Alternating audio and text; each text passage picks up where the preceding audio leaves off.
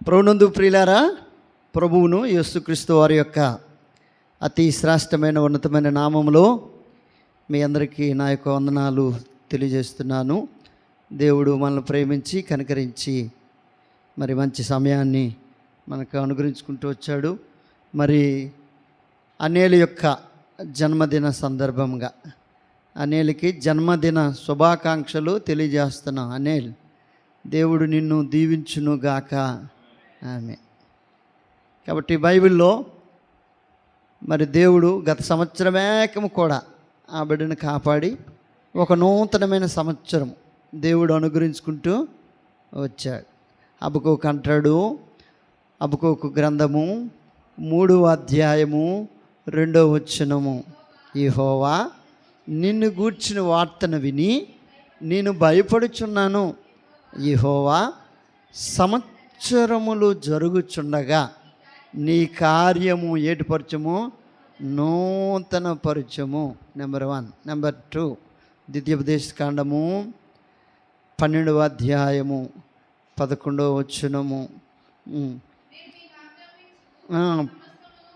11, 12 వచ్చిన చదువు. నీ దేవుడని యెహోవా కన్నులు సంవత్సరాది మొదలుకొని సంవత్సరాంతము వరకు. అర్థమవుతుందా?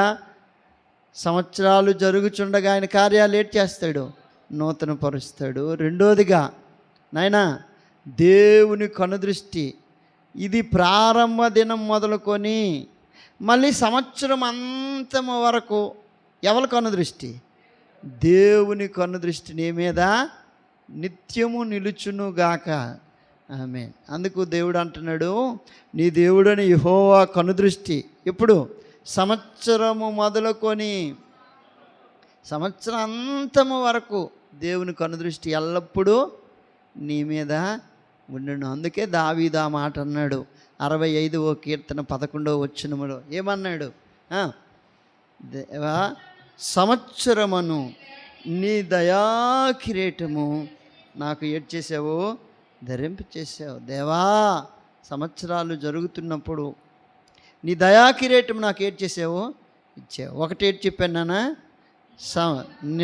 సంవత్సరాలు జరుగుతున్నప్పుడు నీ కార్యము నూతనపరచను. 2 ఏడ్ చెప్పాను, నీ కన్ను దృష్టి నా మీద ఉండు. 3 సంవత్సరమును నీ దయాకిరీటము నాకు నువ్వు ఏడ్ చేయు, అనుగ్రహించు.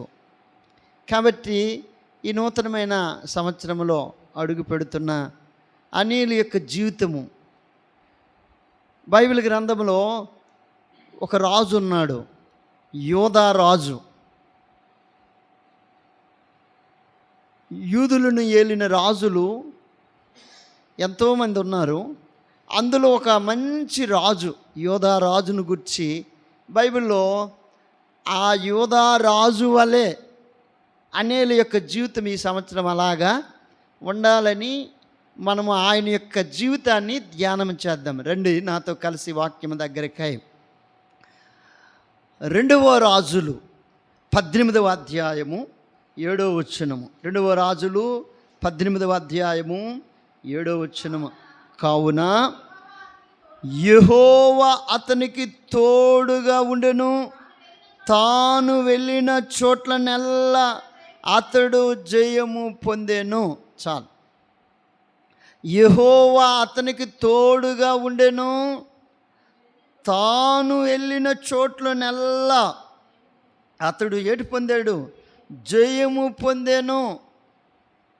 కారణం దేవుడు అతనికి తోడుగా ఉన్నాడు.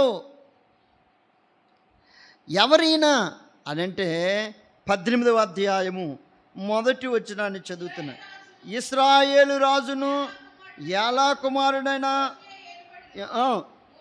3వ సంవత్సరమందు యూదారాజును ఆహాజ కుమారుడైన హిజ్కియా, ఇతని పేరేం పేరట? హిజ్కియా.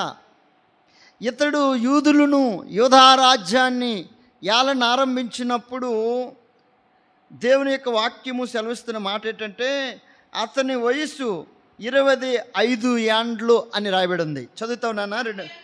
అతడు ఏలన ఆరంభించినప్పుడు 25 ఏండ్లు.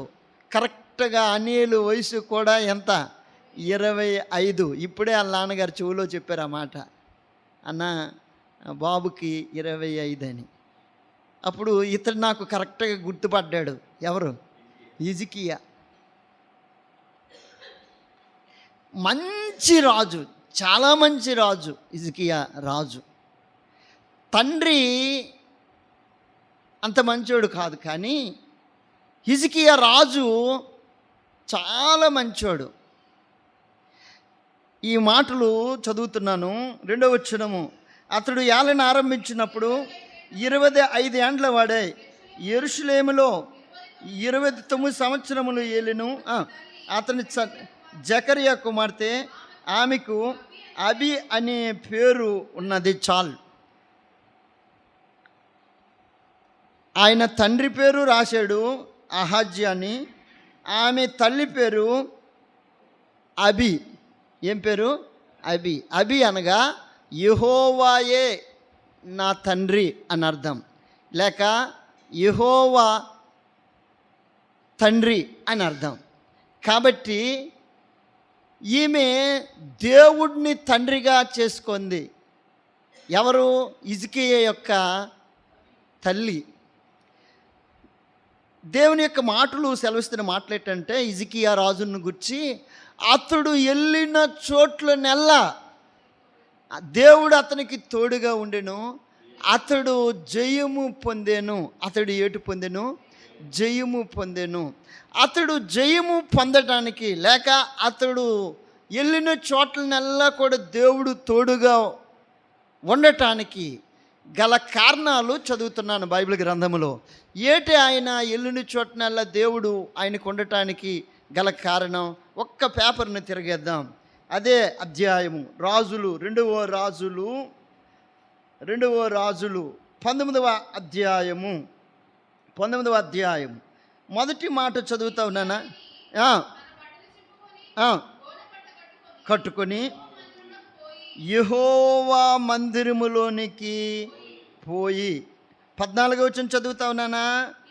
హిజ్కియా దూతల చేతిలో నుండి ఆ ఉత్తరము తీసుకొని చదివి యెహోవా మందిరములోనికి పోయి. నెంబర్ 1, ఆయనకున్న అలవాటు ఏంటంటే దేవుని మందిరానికి పోయే అలవాటు, దేవుని మందిరానికి వెళ్ళే అలవాటు. ఎంత మంచి రాజో చూడు. యోధా దేశాన్ని ఏలిన రాజులు 4 రాజులే మంచోళ్ళు, తక్కిన రాజులందరూ చెడ్డోలే. 22 మంది లేక 24 మంది రాజులు ఏలేరు యూదుల్ని, యోధా రాజ్యాన్ని. అందులోని 4 మంచోళ్ళు, తక్కిన వాళ్ళందరూ చెడ్డారు. వాళ్ళ ప్రవక్తను మంచిది కాదు.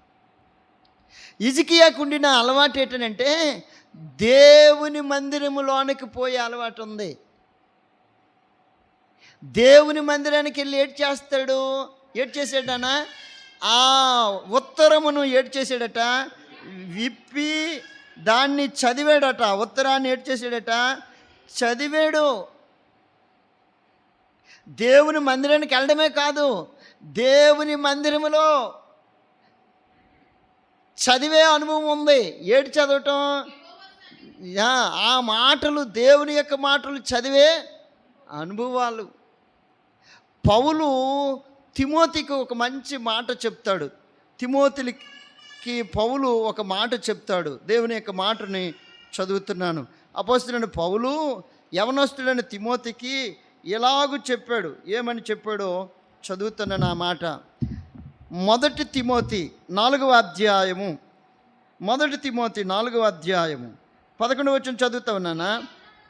నీ యవనమును బట్టి ఎవడు నిన్ను తుణీకరించకము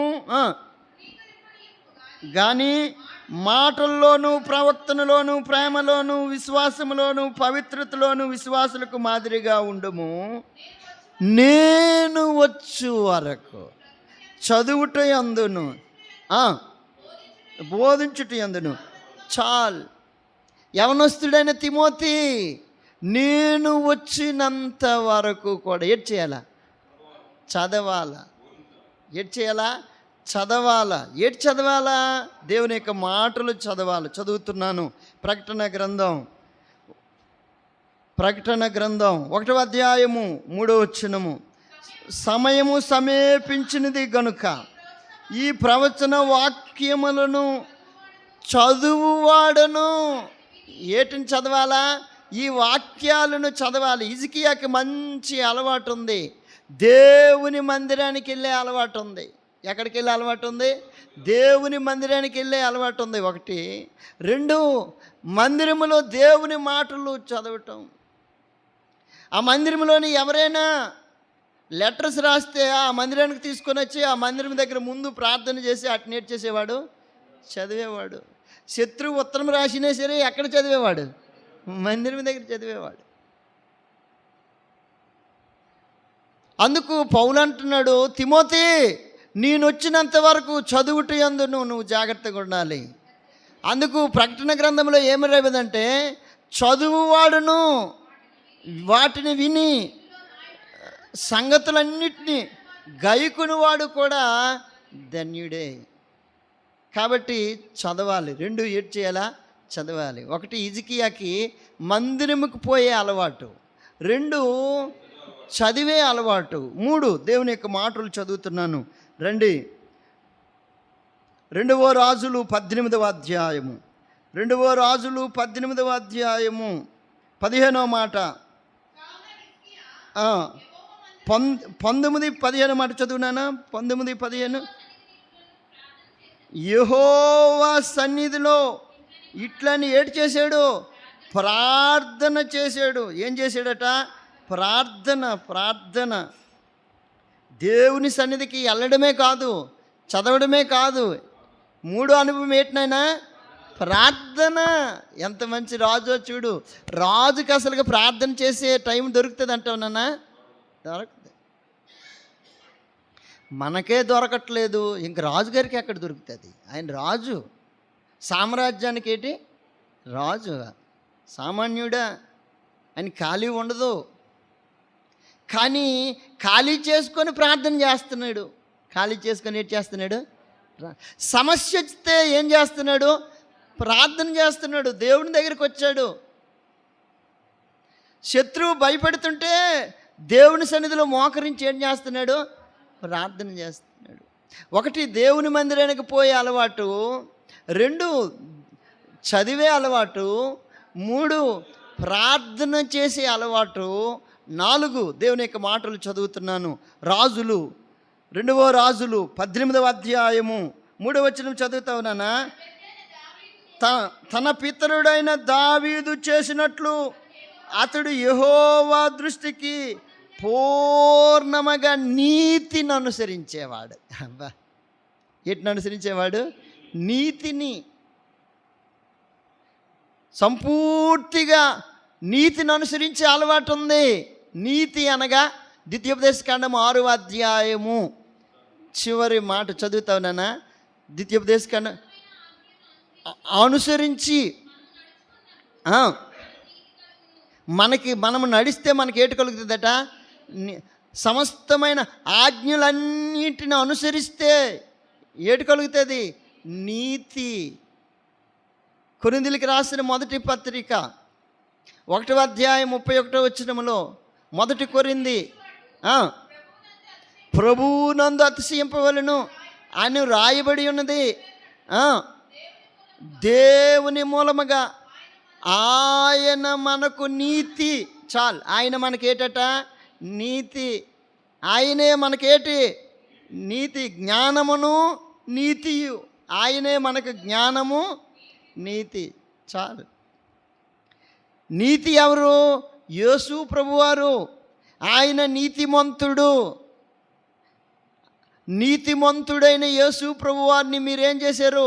సిలువ వేసి చంపితిరి అంటాడు పేతురు. ఎవరిని మీరు చంపారు? నీతిమంతుడైన యేసు ప్రభువారిని మీరు ఏం చేశారు? సిలువ వేసి చంపితిరి. పిలాతు భార్య అంటది, ఆ నీతిమంతుని జోలికి నీవు పోవద్దు. కాబట్టి హిజ్కియాకు నేను అలవాటు ఏంటంటే సంపూర్తిగా నీతిని అనుసరించే అలవాటు. అనగా ప్రభువుని అనుసరించే అలవాటు, ప్రభువు అడుగుజాడల్లో నడిచే అలవాటు, కట్టడలను అనుసరించే అలవాటు, ఆయన ఆజ్ఞలను ఆయన కట్టడలను అనుసరించే అలవాటు ఎవరికి ఉందంటే హిజ్కియాకి. అందుకనే అతడు పోయిన చోటనల్లా దేవుడు అతనికి తోడై ఉండెను, అతడికి జయము కలిగింది. ఎందుకయ్యా జయము కలిగింది అని అడిగితే హిజ్కియా గారికి, ఒకటి దేవుని మందిరానికి పోయే అలవాటు, 2 చదివే అలవాటు, 3 ప్రార్థన చేసే అలవాటు, 4 నీతిని అనుసరించే అలవాటు, 5 దేవుని యొక్క మాటలు చదువుతున్నాను. 2వ రాజులు 18వ అధ్యాయము 5వ వచనము. అతడు ఇశ్రాయేలు దేవుడైన యెహోవా యందు అబ్బా ఏముంచినట్టు వాడు, విశ్వాసం ఉంచినట్టు వాడు. దేవునిపై ఏముంచినట్టు వాడు, విశ్వాసం. ఏమి జరిగితే ఆమె జరగని.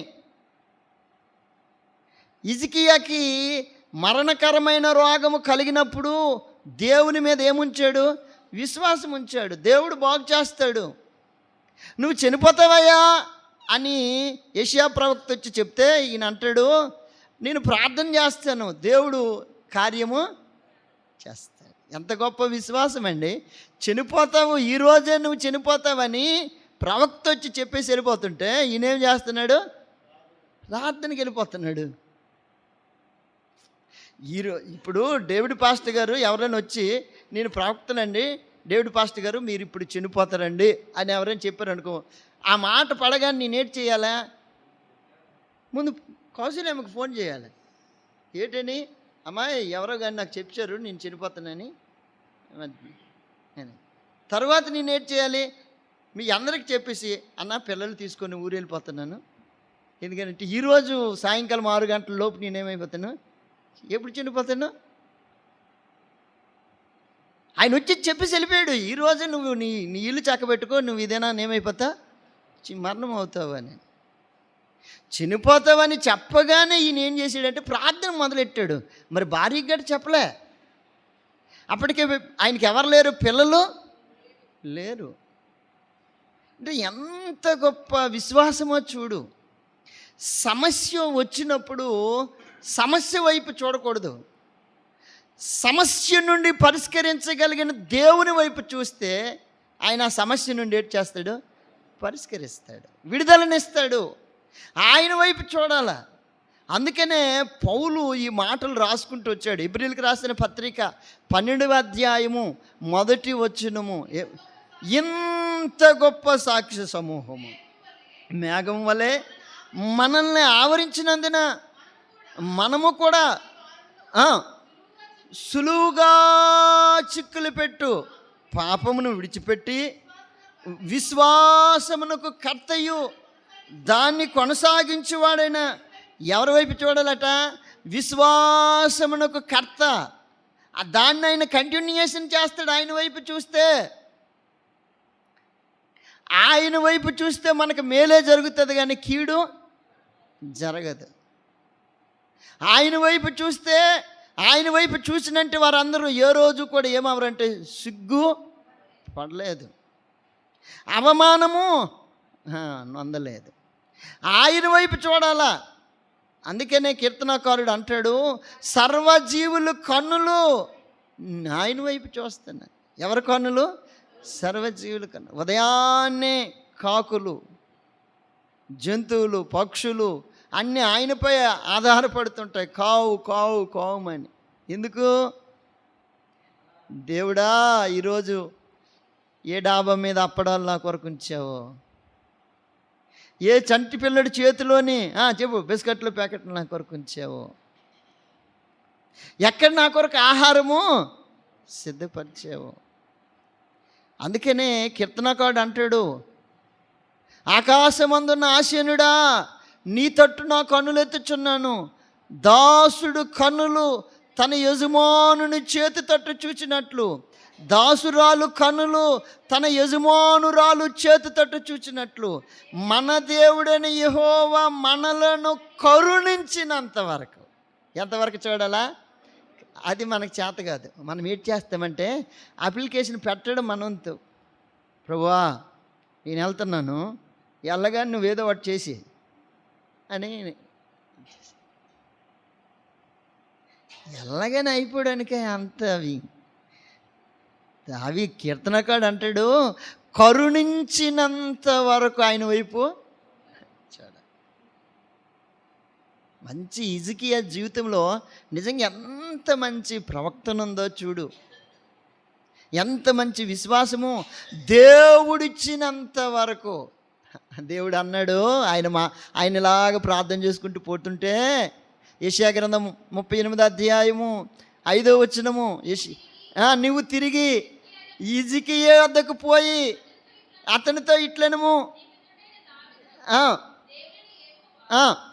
సెలవిచ్చినది ఏమనగా,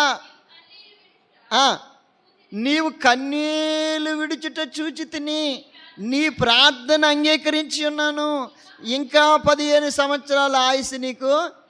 అబ్బా, ఎక్కడున్నాడు? తిరిగి కరుణించినంత వరకు, తిరిగి దేవుడు జవాబిచ్చినంత వరకు ఎక్కడున్నాడు? ప్రార్థనలోనున్నాడు. ఎక్కడున్నాడు తల్లి? అది విశ్వాసం. దేవుడిచ్చినంత వరకు. దేని కొరకైనా మనం ఉద్యోగం కొరకు ప్రార్థన చేస్తున్నాం అనుకో, ఉద్యోగము వచ్చినంత వరకు, దేవా నాకు ఒక ఉద్యోగం ఇవ్వు, దేవా నాకు ఒక. అది కుటుంబ ప్రార్థనలో, వ్యక్తిగత ప్రార్థనలో, సంఘ ప్రార్థనలో. వీళ్ళకి ఎప్పుడు చేస్తాం మనము? రాసినప్పుడు అంటాం ఏటని, ప్రభువా ఒక ఉద్యోగం ఇచ్చిన ఆయన. తర్వాత మరలే ఉద్యోగం కొరకు మన పాస్టర్ గారు చెయ్యరేటి, ఆయన చెయ్యకపోతే మళ్ళీ గుర్తు చేస్తారు కదా, అన్నా నువ్వు బల్ల దగ్గర మాత్రం నువ్వు చెయ్యాలన్నో కంపల్సరిగా.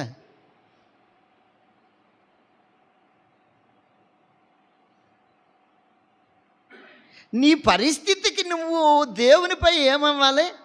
విశ్వాసం ఉంచాలా. నేను అడిగినది నా దేవుడు నాకు ఇస్తాడు తప్పక. ఈ మాట నమ్ముతున్నావా? కీర్తన రాసిన గ్రంథంలో, నీ దేవుడని యెహోవా నిన్ను కరుణించినంత వరకు ఎవరి వైపు చూడాలా? ఆయన వైపు చూడు. ఆయన విశ్వాసంకి కర్త.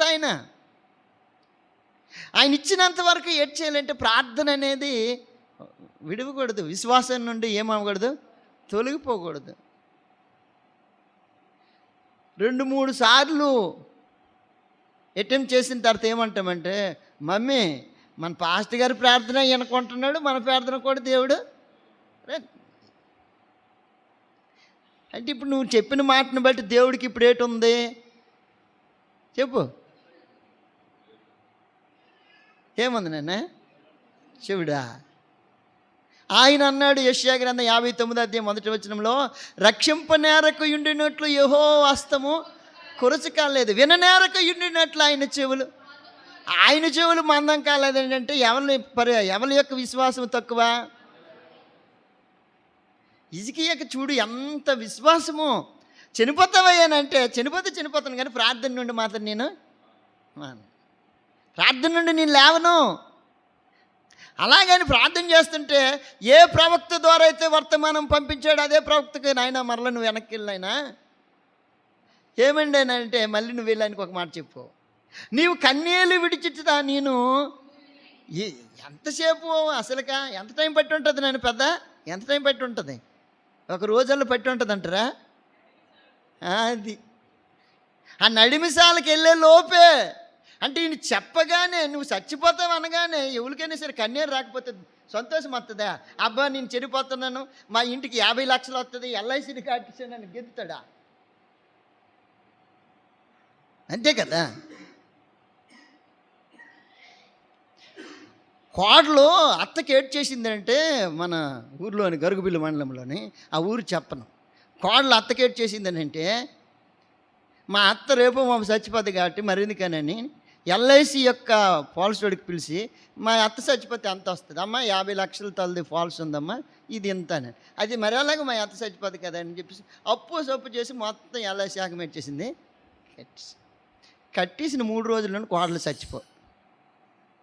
కట్టేసిన 3 రోజుల్లోనే ఎవరు చచ్చిపోయినారు? కోడల పేరున పైసా కూడా లేదు. అర్థమవుతుందా? తర్వాత ఇది కట్ చేయాలి. ఒక మాట చెప్తాను, కట్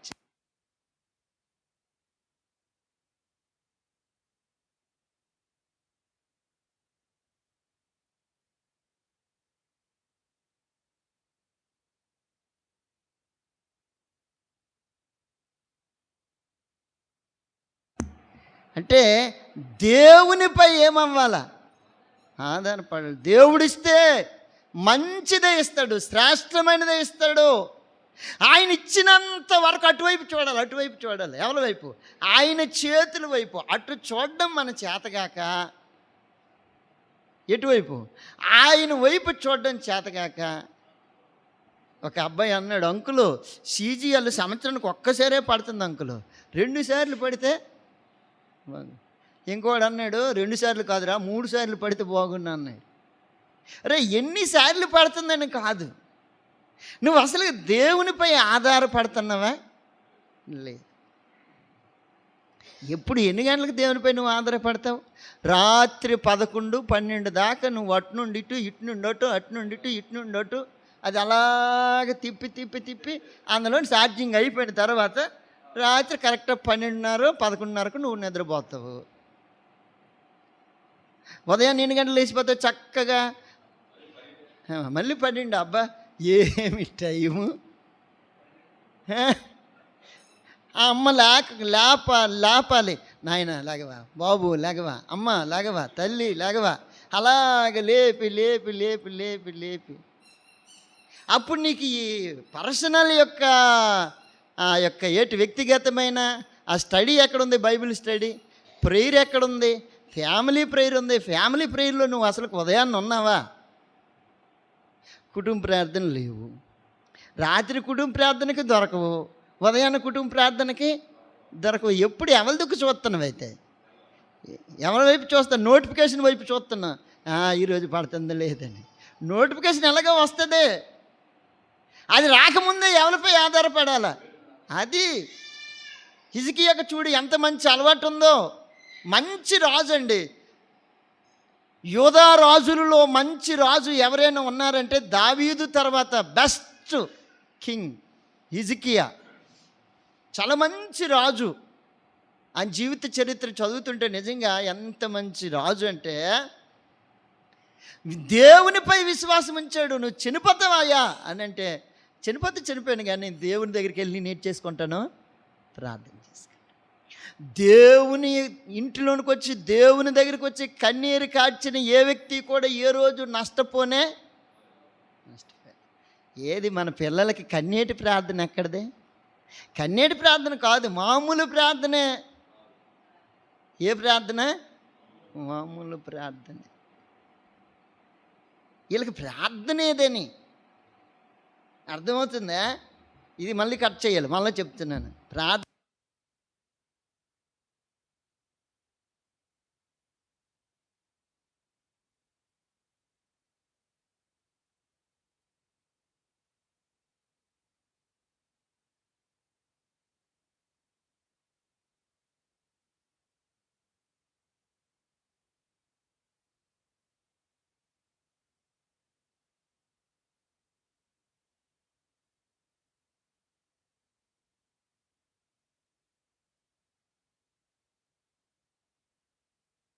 చెప్పడానికి ఏమెవరు దొరకరు, వేదిక పైన దొరుకుతారు. ఇంకెప్పుడు వీళ్ళు నాకు దొరుకుతారు?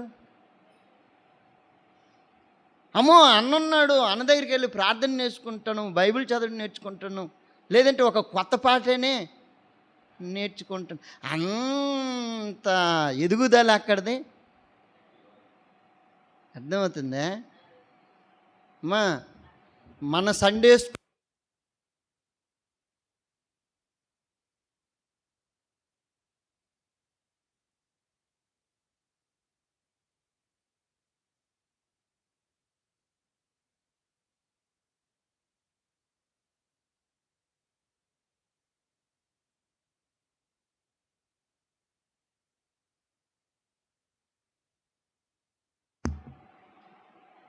కారణం వాళ్ళు జిల్లాకే అది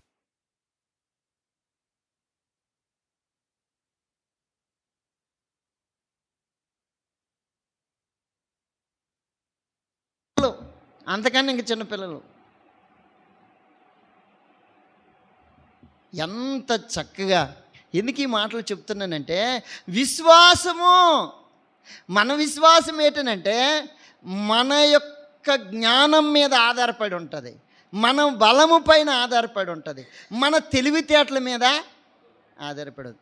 క్షుణ్ణంగా ఒక మాట కొట్టేస్తావు, ఏంటంటే నీకు తెలియదండి, నీకు ఏటి తెలుసు అని అంటావు.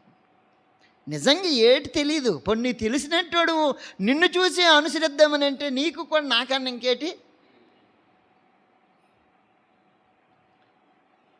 హిజ్కియా దేవునిపై ఆధారపడ్డాడు. దేవునిపై ఆధారపడ్డాడు కాబట్టి దేవుడు వెంటనే రిప్లై ఇచ్చాడు, సమాధానం ఇచ్చాడు. ఇంకా నీకెన్ని సంవత్సరాలు? అది ఈ ప్రపంచంలో ఎవరికి అటువంటిది జరగనే ఇంతవరకు నేటి వరకు కూడా. అంత మంచి రాజు. ఆయన జీవితాన్ని చదువుతూ ఉంటే ప్రార్థన క్షణాల్లో దేవుడు విన్నాడు, వెంటనే జవాబిచ్చాడు, నువ్వు చనిపోవు ఇంకా 15 సంవత్సరాలు. ఆయనకి మళ్ళీ పిల్లలు పుట్టారు. మనశ్శే అనే ఒక కొడుకు పుట్టాడు. ఇది ఏకం ఎందుకు చెప్తుందంటే అతడు విశ్వాసం, దేవుని మీద ఏముంచినట్టు వాడు, విశ్వాసం ఉంచినట్టు వాడు. ఎన్నో గుణలక్షణం ఆయనది? 5, 6 దేవుని మాటలు చదువుతున్నాను. 2వ రాజులు 18వ అధ్యాయము 6వ వచనం చదువుతా ఉన్నాను. అతడు యెహోవాను హత్తుకున్నాడు. ఏం చేశాడట? హత్తుకున్నట్టు వాడు. ఎవరిని హత్తుకున్నాడు? దేవుడిని. రండి దేవుని మాటలు చదువుతున్నాను. ద్వితీయోపదేశకాండము. ఎంత మంచి రాజునంటే అతడు యెహోవాను ఏం చేశాడట? హత్తుకొని. ఎవరిని హత్తుకున్నాడు? యెహోవాను.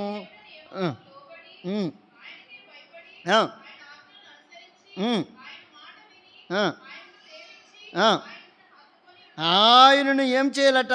హత్తుకొని ఉండాలి. నీ దేవుడని యెహోవాకు నువ్వు భయపడి ఆయనను సేవించి ఆయన మాట విని ఆయన సేవించి ఆయన ఏం చేయాలట? హత్తుకోవాలి. ఆయనను సేవించి ఆయనను హత్తుకోవాలి. ఆయన్ను సేవించి ఆయన ఏం చేయాలా? హత్తుకోవాలి. ఇంకొక మాట చదువుతున్నాను. ద్వితీయోపదేశకాండం 10వ అధ్యాయము 20వ వచనం చదువునాను. నీ దేవుడని యెహోవాకు భయపడి ఆయనను సేవించి ఆయనను ఏం చేయాలా? హత్తుకోవాలా. 11వ అధ్యాయం 22వ వచనం చదువునానా? 11వ అధ్యాయం. ప్రేమించి నడుచుచు ఆయన మార్గములన్నిటిలో నడవాలి, ఆయన హత్తుకోవాలి. చూసేవా ఎంత మంచి మాటలు రాయబడ్డాయి. ఆయన మార్గములన్నిటిలో ఏమవ్వాలా? నడవాలి. అప్పుడు ఆయన ఏం చేయాలా? హత్తుకోవాలి. హత్తుకోవటం అంటే అర్థం ఏంటి? హత్తుకోవటం అంటే ఏకమవటం, ఒకరికి ఒకరు గ్యాప్ లేకుండా ఏమవటం? కలిసి ఉండటం. గ్యాప్ వచ్చిందంటే సైతాన్ గడు మింగేస్తాడు. ఏముండకూడదు? గ్యాప్. అందుకనే ఆదాము అవ్వలతో దేవుడు ఏదైనా తోటలోని ఈ మాట చెప్పాడు. ఆదికాండము. నీ భార్య అయిన అవన్ను వారిద్దరూ ఏక శరీరమై ఒకరితో ఒకరు ఏమవ్వాలట? హత్తుకుందురు. చదువుతావా మాట? 24వ వచనం నుండి చదువుతావు నాన్న. కాబట్టి పురుషుడు తన తండ్రిని తన తల్లిని విడిచి తన భార్యను హత్తుకొనును. చాలు.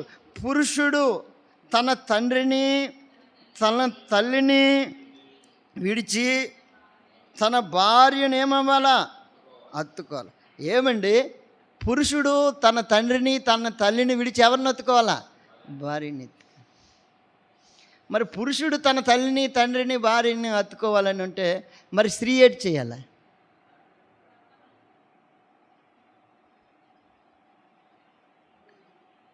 పెళ్లి చేసినప్పుడు ఏడు చెప్తారంటే, రాబాయ్ మీ అమ్మ మీ నాన్నల మాట కాదు, నీవు నీ భార్య మాట అనాలి, నీ భార్యని నువ్వు జాగ్రత్తగా చూసుకోవాలి. ఒక కుటుంబంలో సమస్య వచ్చినప్పుడు వాళ్ళు పిలిచారు, పెళ్లి చేసి వచ్చాను, పిలిచారు. అప్పుడు ఆ పాస్టర్ గారు అంటారు, అన్న వాళ్ళ అమ్మ నాన్నలనే చూసుకొని వస్తాను అంటున్నాడు అన్న అని. చూస్తే తప్పేమయ్యానంటే అలాగ లేదు కదన్న బైబిల్లోని. మీ అమ్మని మీ నాన్నని విడిచిపెట్టి ఎవరిని ఎత్తుకోవాలా? విడిచిపెట్టిమంటున్నాడు. అయితే భార్యను ఎత్తుకుంటే భార్య ఏంటి చెయ్యాలా? ఆ మాట కూడా చదువుతాను బైబిల్లో. కీర్తన రాసిన గ్రంథం 45వ అధ్యాయము 10వ వచనం చదువు. కుమారి ఆలకించుము, ఆలోచించుము. కంటిన్యూషన్ చెయ్యి. కుమారి ఆలకించుము, ఆలోచించుము, చెవియొగ్గుము. నీ స్వజనమును, నీ తండ్రి ఇంటిని పూర్తిగా మర్చిపోవాలి.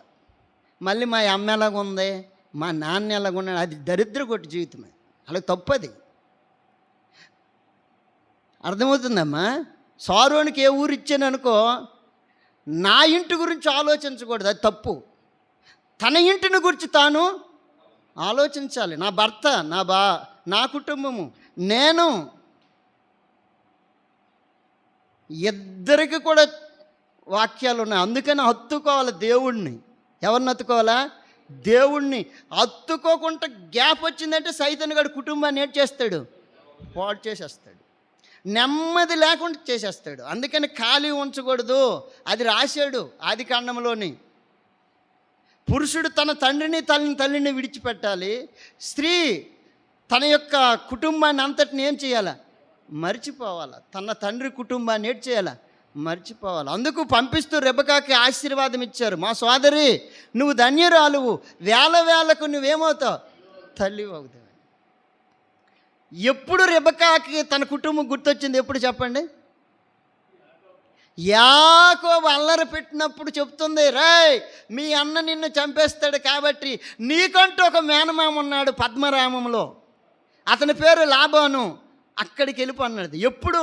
వీళ్ళు వయసును వాళ్ళు అయిన తర్వాత ఇద్దరు అన్నదమ్ములు దెబ్బలాడుకుంటున్నప్పుడు అప్పుడు గుర్తుకొచ్చింది, ఎల్లు నీకంటూ ఒక మేనమామ.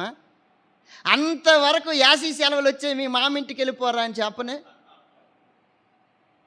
చదువు బైబిల్లో. నేను చెప్పింది ఒకవేళ తప్పు అయితే అది హిస్టరీ ఉంటుంది, చరిత్ర దేకం.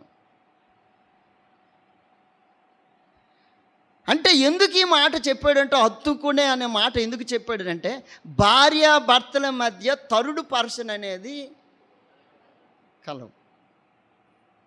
అది వారి యొక్క దాంపత్య జీవితం. అది అందుకనే హిజ్కియా, దేవుడు నేను, నాకు మధ్యలో నా భార్య కానీ నా కొడుకు కానీ ఎవరు ఏమవకూడదు, ఎంటర్ అవ్వకూడదు. నేను ఆరాధన చేస్తున్నప్పుడు, నేను ప్రార్థిస్తున్నప్పుడు, నేను దేవుని స్తుతిస్తున్నప్పుడు, దేవుని నేను గణపరుస్తున్నప్పుడు మా ఆవిడ వచ్చి మళ్ళీ ఏంటి రాజుగారు అని పిలవటానికి లేదు. అబ్బా, అంతగా దేవుని ఏం చేశాడంటే హత్తుకున్నాడు. దేవుడిని ఏం చేయాలా? హత్తుకోవాలి. ఎప్పుడు పిల్లలకి అదే చెప్తాను. పాపకి ఏంటంటే, ఏ ఊరే నేను ఇచ్చేమనుకో, ఆలే నీ బంధువులు, ఆలే నీ జనం, ఆలే నీ కుటుంబం. నువ్వు క్షేమముగా ఉంటే మా జీవితాలన్నీ ఎలాగుంటాయి?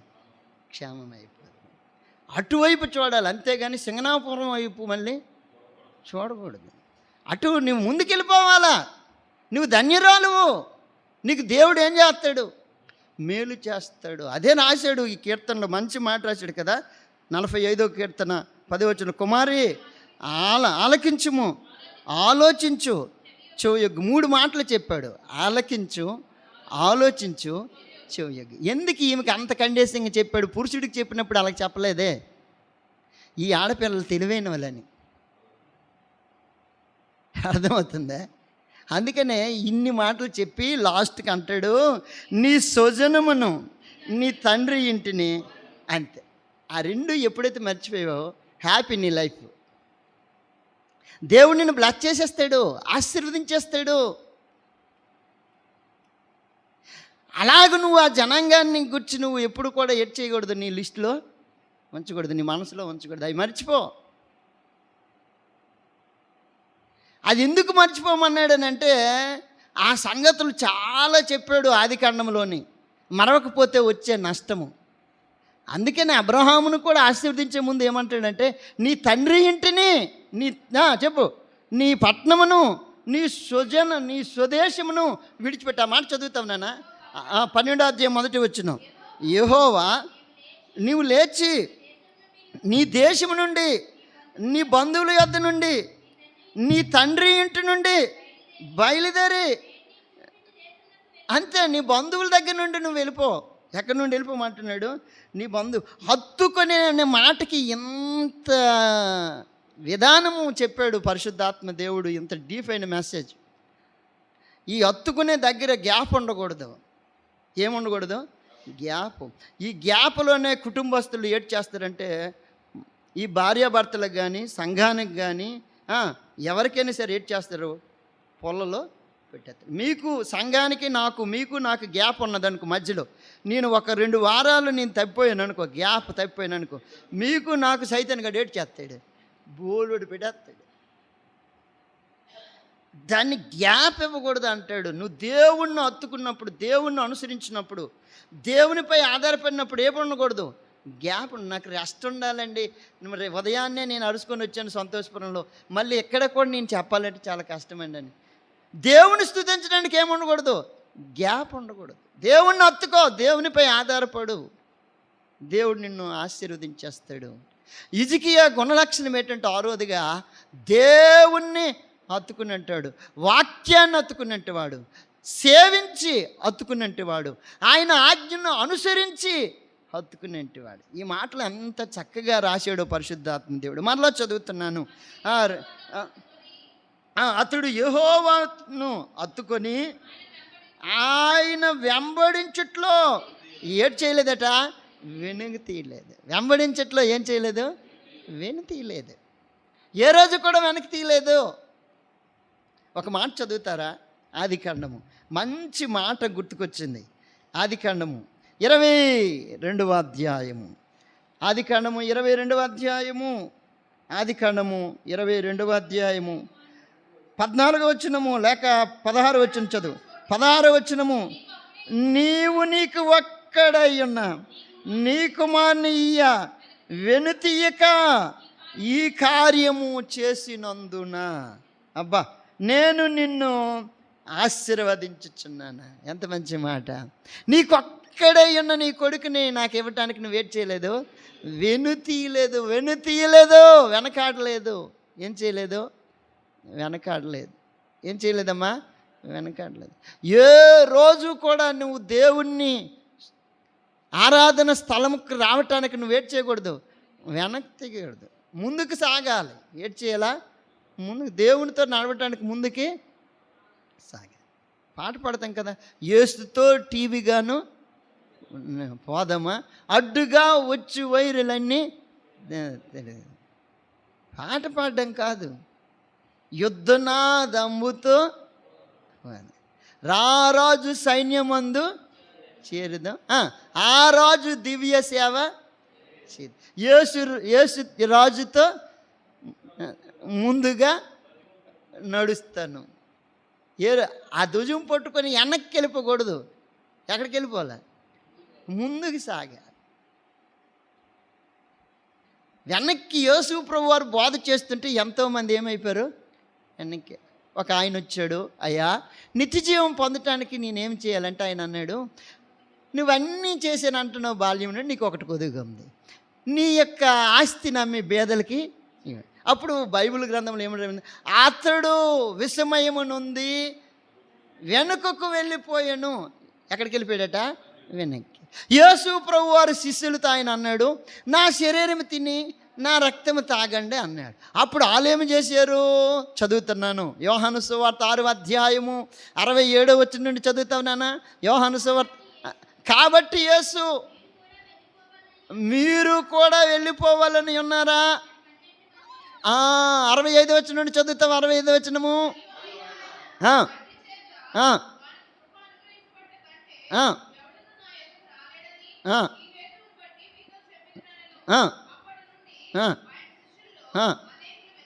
అనేకులు ఏడు చేశారు, వెనక్కి తీసి. ఈ బోధ కష్టమరా నాయన, ఈ బోధ ఏంటి?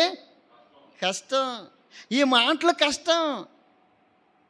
ఎందుకు కష్టం? నడిచినోడికి కష్టం ఉండదు, నన్నంటోడికి ఏంటి? అనుసరించినోడికి కష్టం ఉండదు, అనుసరింపలేనంటోడికి కష్టం. ఇప్పుడు తాగుబోతుకి నువ్వు తాగితే దేవుని రాజ్యానికి వెళ్ళవన్నామనుకో, ఆ రోజు తాగుతున్నాడు కాబట్టి అలాగే చెప్తాడు, రోజు పాస్ట్గా నాకు వరకు చెప్తున్నాడు అని అంటాడు. అటు తాగుడు మానేసి ఆ వ్యసనం మానేసి దేవుడిని అనుసరించి దేవుని మార్గంలో ఉన్నాడు అనుకో, ఏమనిపిస్తుంది? అబ్బా ఎంత మంచి మాటలండి, ఇంకా ఎన్ని ఉన్నాయో ఇటువంటివి అని అంటుంటాడు. యేసు ప్రభువారి శిష్యులకి ఈ యొక్క సేవ చేయటం వాళ్ళకి ఎలాగనిపించిందట? కష్టంగా అనిపించింది. ఎలాగనిపించింది? కష్టమే. ఈ మాటలు కష్టమే. ఈ ఒక్కొక్కసారి ఏడ్చేస్తాయంటే గుండెకి తాకుతుంటాయి, పొడుస్తుంటాయి, సోలమల్లాగా వచ్చి కరెక్ట్గా. అసలు వాక్యమే ఏమన్నాడు? ఎబ్రిల్కి రాసిన పత్రిక 4:12 సజీవము గలదై బలము గలదై ఎటువంటి 2 అంచుల ఖడ్గం కంటే వాడిగా నుండి ప్రాణాత్మ కీలను మూలుగులను విభజించినంత మట్టుకు దూరుచు అని రాయబడింది. అంతే కదా? ప్రాణములోనికి, ఆత్మలోనికి, కీలలోనికి మూలుగులు ఎక్కడ ఉన్నాయి? ఎముకల్లో ఉన్నాయి. అందులోనికి వెళ్తుంది. అక్కడికి వెళ్ళిపోతే అర్థమవుతుందా? అంత దూరంలోనికి వెళ్తే మనిషి ఏమవుతాడు? అప్పుడు దేవుని కొరకు సవరింపబడి ప్రాణాత్మ కీలల్లోనికి కొద్దిగా కదా మన మైండ్లోనికి వచ్చి కానీ నీకు ఎక్కలేనిది ఏకం వచ్చేస్తుంటుంది. అర్థమవుతుంది? వాక్యాన్ని వాక్యముగా చూస్తే ఏమవుతాము? అభివృద్ధి చెందుతాము, ఆశీర్వదింపబడతాము, దీవింపబడతాము. ఇది నా కొరకు దేవుడు మాట్లాడుతున్న మాట. ఇది నేనెందుకు సవరించుకోకూడదు? నా లోపాన్ని నేనెందుకు సరిదిద్దుకోకూడదు? నా తప్పిదమానాన్ని నేనెందుకు దేవుని దగ్గర ఒప్పుకోకూడదు? అలాగ ఒప్పుకోకుండా ఒకడు చచ్చిపోయాడు. ఎవరు? ఇస్కరియోతు యోధ. ఒప్పుకొని కనికరింపబడ్డాడు పేతురు. అంతే కదా? ముమ్మారు నేను నిన్ను ఎరగనైనా అబద్ధమైనటువంటి అవకాశం వచ్చింది. నేను ఒప్పుకోను. నేనేమనుకుంటున్నావు? ఒప్పుకోకపోతే ఎవరికి నష్టం? నీ ప్రాణానికే నష్టం, నీ జీవితానికే నష్టం. యేసు క్రీస్తు వారు అప్పటికి తన విలువైన రక్తాన్ని కార్చాడు. ఆయన కార్చిన తరువాత ఆయన దగ్గరికి వచ్చి తన పాపాన్ని, తన తప్పుదనాన్ని ఒప్పుకోవడానికి అవకాశం ఉంది కదా? అవకాశము ఉన్నప్పుడు ఒకవేళ ఇస్కరియోతు యోధ తన పాపాన్ని ఒప్పుకుంటే అతనికి కూడా క్షమాపణ దొరుకును. ఒప్పుకోలే, దాన్ని ఏడు చేశాడు. అచ్చచ్చ, ఎంత మంచి పని చేశాడు. దేవుని వెంబడించటంలో ఎన్నో ఒడిదుడుకులు వచ్చాయి శిష్యులకి. యేసు ప్రభువారు అన్నారు, మీరు నన్ను వెంబడించండి, మీరు నా వెనకకి రండి, నేను మిమ్మల్ని ఏం చేస్తాను? మనుషులు పట్టు జాలల్లగా చేస్తాను. మత్తయి సువార్త 4:18 ఆయన అన్నాడు, నా వెంబడి రండి. ఆయన ఎంత మంచి మాట అన్నాడు. ఫాలో మీ, నన్ను వెంబడించు. నన్ను వెంబడించట్లో నువ్వు ఎప్పుడు ఏడు చేయకూడదు, వెనక్కి వెళ్ళకూడదు. హిజ్కియా రాజు వెంబడించట్లో ఏ రోజు కూడా ఏమవ్వలేదు. ఎంత మంచి మాట రాశాడండి. ఎంత మంచి రాజు. ఆయన వెంబడించట్లో ఏ రోజు ఏమవ్వలేదు, వెనుతీయలేదు. టైం అవుతుంది కాబట్టి కొన్ని మాటలు చదివేస్తాను త్వరగా. రండి. 2వ రాజులు 18:6 ఆయన వెంబడించట్లో వెనుతీయక ఆయన మోషేకు ఆజ్ఞాపించిన ఆజ్ఞలన్నిటినీ ఇదెన్నోది నాన్న? 8. ఆయన మోషేకు ఆజ్ఞాపించిన ఆజ్ఞలన్నిటిని ఏమయ్యాడు? గైకొన్నాడు. ఏమయ్యాడు? గైకొన్నాడు. ఆయన వెంబడించట్లో వెనుతీయలేదు. శిష్యులు వెంబడించట్లో ఏమవ్వలేదు, వెనుతీయలేదు. ఎంతోమంది ఈ సేవ చేస్తామని వచ్చి వెనక్కి వెళ్ళిపోయిన వాళ్ళు ఎంతోమంది ఉన్నారు. అమ్మా, సేవకు వచ్చి మళ్ళీ ఎక్కడికి వెళ్ళిపోయారు? వెనక్కి. పౌలు అంటాడు, దేమ నన్ను విడిచి వెళ్ళిపోయాడు. ఎంతోమంది వెనక్కి వెళ్ళిపోయినట్టు వాళ్ళు ఉన్నారు. కారణం, సేవ అంటే చావుతో సమానం. అవమానాలు ఉంటాయి, నిందలు ఉంటాయి, బాధలు ఉంటాయి, కష్టాలు ఉంటాయి, ఇబ్బందులు ఉంటాయి, ఆకలి. అర్థమవుతుందమ్మా? సేవలోని లగ్జరీ బ్రతుకుండనే ఉండదు. ఒక్కొక్కసారి తినడానికి తిండి ఉంటుంది, ఒక్కొక్కసారి ఉండదు. ఒక్కొక్క ఇంటికాడ మంచి బిర్యానీ దొరుకుతుంది, అసలు ఒక ఇంటికి వెళ్తే ఏటి కూడా దొరకదు. ఒక సంవత్సరానికి మంచి బట్టలు దొరుకుతాయి, ఇంకొక సంవత్సరానికి బట్టలు ఉండవు. ఇవన్నీ వచ్చినప్పుడు వెనక్కి వెళ్ళిపోకూడదు. యేసుప్రభు వారిని వెంబడించట్లో ఏమవలేదట, తిరిగిలే. సేవకుడు నాకు 3 సంవత్సరాలు ఒక జత బట్టలతో 3 సంవత్సరాలు ఉంచాడు. 3 సంవత్సరాలు వాటిని కూడా దేవుడు కాపాడాడు. ఇశ్రాయేలు బట్టలలాగా కాలర్ చిరగలేదు. అబ్బా, ఏమి దేవుడండి. ఏం చేసేవాడనంటే, డిసెంబర్ నెల వచ్చినప్పుడు, అన్న పరిచారకుడికి బట్టలు తీసేయమన్నా అని అక్కలు వచ్చి ఎవరైనా తీసుకుని వచ్చిస్తే ప్రార్థన చేసేవాడు. ఇస్తాడేమో అని చూసేవాడు, నువ్వు ఇచ్చాడు కాదు. నేనేమనుకుంటాను, అబ్బా బట్టలు వచ్చే దేవుడు బట్టలకు కూడా టైలరింగ్ కూడా డబ్బులు ఇస్తాడని ప్రార్థన మొదలు ఇచ్చేటండు. నేను ఆయన డిసెంబర్ నెల అయిపోయేది కానీ ఏడు చేసేవాడు కాదు.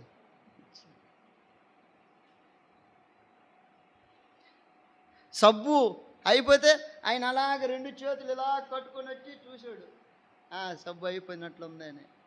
ఆయన ఇస్తేనే సబ్బు, లేకపోతే లేదు. వెంబడించట్లో ఏ రోజు కూడా ఏం చేయలేదు, వినతి లేదు. ఆకలి వేస్తున్నప్పుడు ఆంటీ ఆకలి వేస్తుందని మాట అడగడానికి లేదు. సేవలో ఉన్న వాళ్ళు ఎప్పుడు పెడితే అప్పుడు తినాలి. అర్థమవుతుందా? ఇన్ని పరిస్థితులు వచ్చినప్పుడు వెనక్కి వెళ్ళిపోతావా? ఈ బాధలన్నీ చూసి అందుకు వచ్చావా? అందుకు ప్రభువుని నమ్ముకున్నావా? కొరడాలతో కొట్టబడ్డారు, రంపాలతో కోయబడ్డారు, బల్లిములతో పొడవబడ్డారు, రాళ్ళతో కొట్టబడ్డారు. వాళ్ళ విశ్వాసాన్ని ఒకసారి ఆలోచించే. వాళ్ళ విశ్వాస వీరులాలు. రాస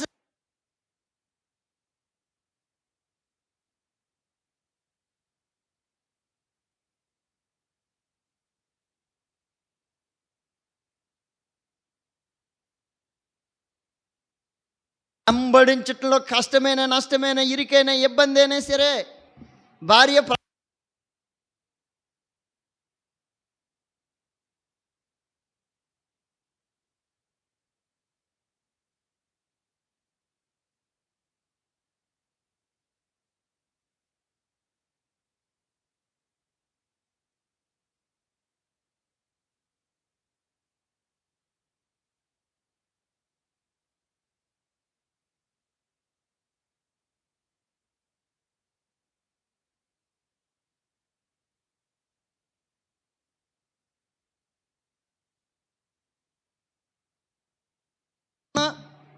దూరం అయిపోతాను. తప్పు. జీవితం అంటే సమస్య వస్తుందండి. జీవితం అంటే ఏటి వస్తుంది? సమస్య వస్తేనే అది జీవితం. సమస్య రాకపోతే జీవితం ఎలాగవుతుంది? ఇప్పుడు ఈ 27 సంవత్సరాలు వివాహ జీవితంలో ఎన్నో ఆటుపోట్లు పడ్డాను కాబట్టి ఈ పిల్లలకి చెప్తున్నాను, జీవితం అంటే ఇన్నోటి సమస్యలు ఉంటాయని. అంత తేలిగ్గా చెప్పగలుగుతున్నాడు. దాని అర్థం ఏంటి? ఎన్ని బాధలు వస్తాయి, ఎన్ని అవమానాలు వస్తాయి. భార్యాభర్తలు బాగుంటే 3వ వ్యక్తి వచ్చి ఏడు చేస్తాడంటే, మీ ఆయనతో సంగతి నీకు తెలియదు.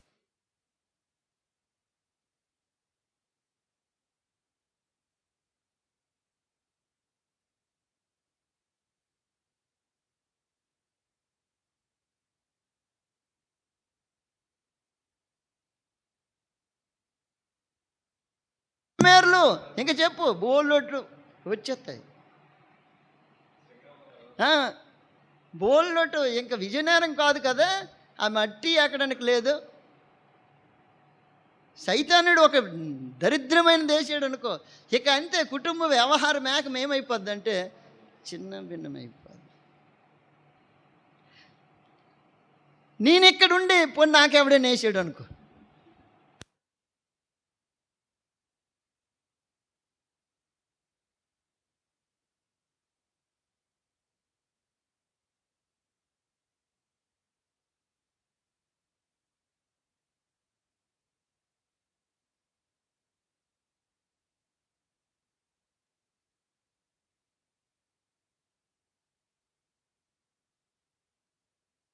మూడో వ్యక్తికి ఏమివ్వకూడదు, అవకాశం ఇవ్వకూడదు. అది నా భార్యకి నాకే అది తెలుసు. అందుకని నేను సంఘంలో నిర్దోషిగా ఎలాగుంటానంటే, నేను ఎక్కడికైనా వెళ్తాను, అమ్మ ఆదివారం నాడు పలానా దగ్గర ఉంటాను, సోమవారం ఒక దగ్గర ఉంటాను, మంగళవారం ఎక్కడ ఉంటాను, ఇది ఎక్కడ ఉంటాను అంటే వాళ్ళకి ఏమర్థం అయిపోయింది, పాస్టర్ గారు ఈరోజు ఇంటికాడే అంతాడరా, అందుకు ఫోన్ చేద్దాం. కరెక్ట్ సంఘానికి తెలియాలి ఎక్కడికి వెళ్తాను అనేది. దాపరకం ఉండకూడదు దాంపత్య జీవితంలో. దాపరకం ఉన్నదంటే ఆ జీవితం ఏమైపోద్దంటే, అందుకనే వెంబడించుటలో వెనక్కి తిరగలేదు, ఆజ్ఞలను అనుసరించుటలో కూడా తప్పోలేదు హిజ్కియా.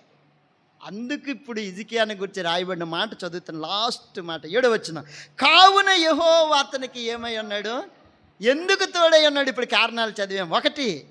ఒకటి దేవుని మందిరానికి పోయినట్టు వాడు, 2 దేవుని యొక్క చదివినట్టు వాడు, 3 ప్రార్థన పరుడు, 4 నీతిని అనుసరించినట్టు వాడు, 5 విశ్వాసం ఉంచినట్టు వాడు, 6 హత్తుకున్నట్టు వాడు, 7 వెంబడించట్లో వెనక తీయలేదు, 8 ఆజ్ఞలను గైకున్నట్టు వాడు. అయితే ఇటువంటి హిజ్కియా ఆ దేశాన్ని ఏ సంవత్సరము పరిపాలన చేశాడంటే, ఏ సంవత్సరము 25 సంవత్సరాలు ప్రాయములో యోధా దేశాన్ని ఏం చేశాడట, పరిపాలన చేశాడు.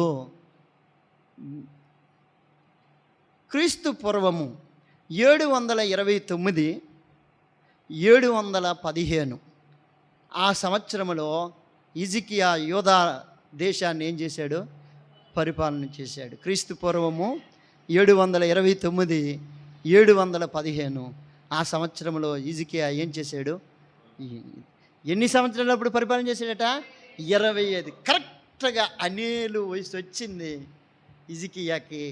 రాజాభిషేకం చేశారు, పట్టాభిషేకం చేశారు. రాజు అవ్వటానికి నీవు అర్హుడివే. ఎంత గొప్ప యోగ్యత వచ్చింది హిజ్కియాకి.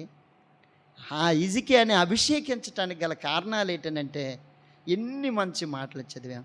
అటువంటి హిజ్కియా రాజు వలె అనేలు కూడా తన ఆత్మీయ జీవితంలో ప్రభువు కొరకు జీవించాలని దేవుడు అతనికి తోడై ఉండి నడిపించును గాక అని మాటలు పలుకుతూ ముగిస్తున్నాను. దేవుడి మాటలు దీవించును గాక. ఆమేన్. ఆరాధన చేస్తారు.